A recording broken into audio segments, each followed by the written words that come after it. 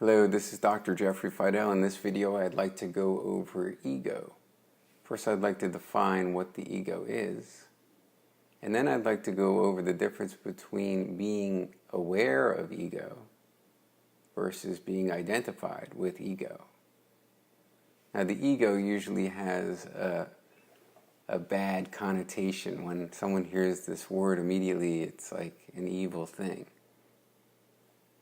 So let's first try and define what the ego is, which is really the belief of oneself. Or it's just that acquired knowledge that forms the self in general. The ego is the conceptual idea of the person.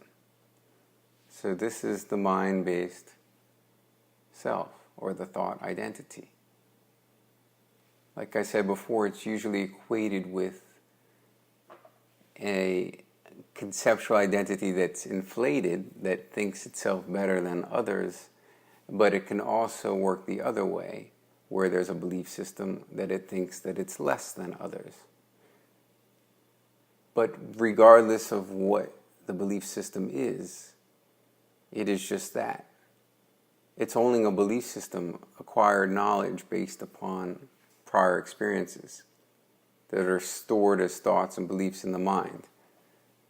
That is at least my way of looking at the ego. And if I thought that my way is the only way, why, that would be another idea.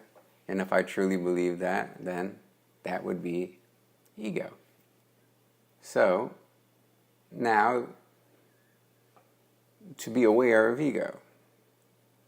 Now, to be aware of ego is really all we could do, because we can't forget our acquired beliefs and our acquired thoughts, because that is almost impossible. How can you selectively forget things?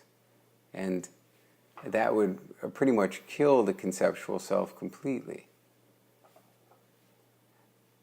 But to be aware of ego, we can do that. And that just requires knowing that our thoughts and beliefs have no absolute truth. And we must really know that.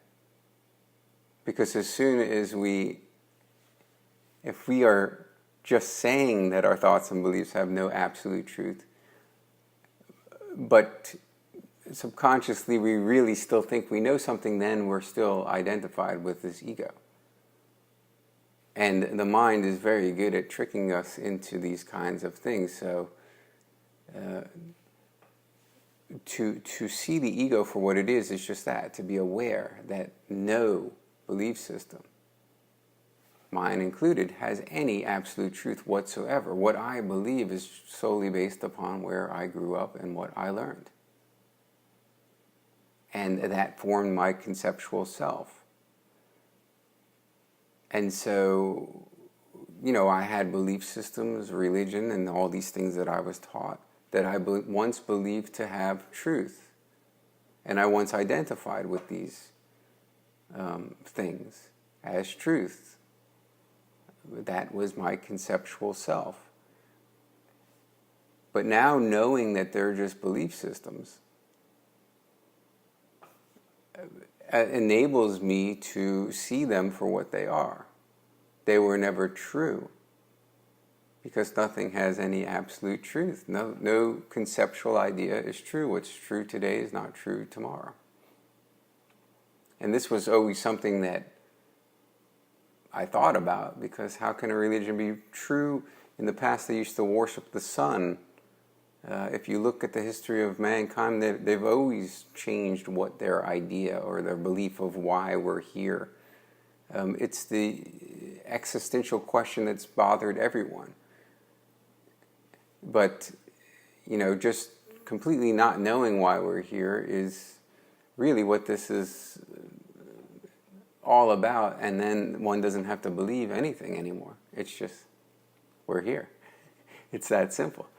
And so, to be aware of belief systems as just being belief systems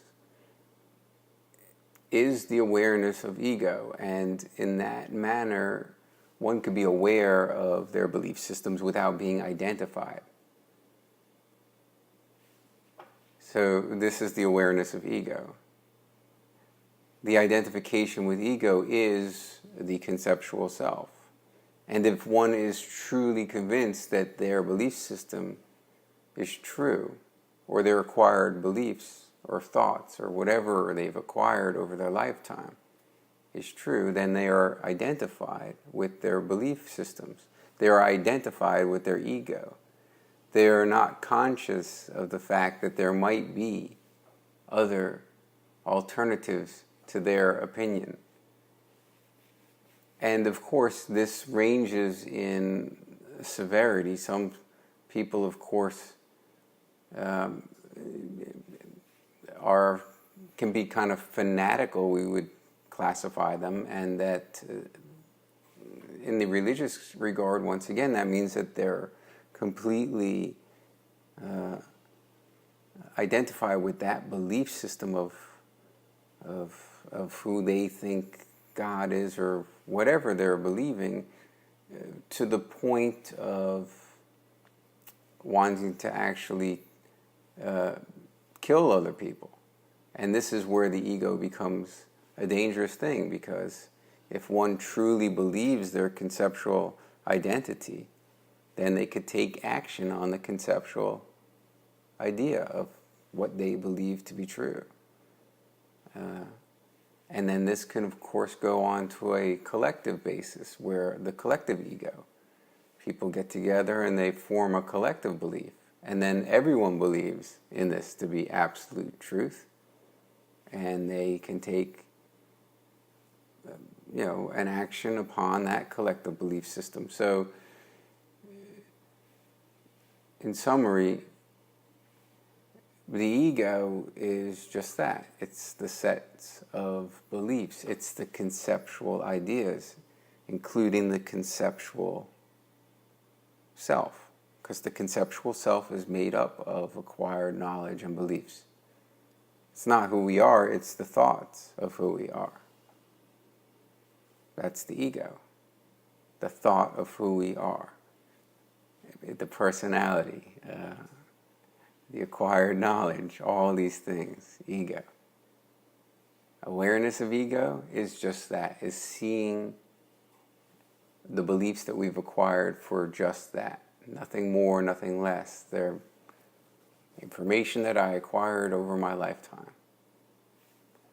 That's awareness of what an ego would be. And then identification with the ego is the example being, I have these belief systems, I know they're true.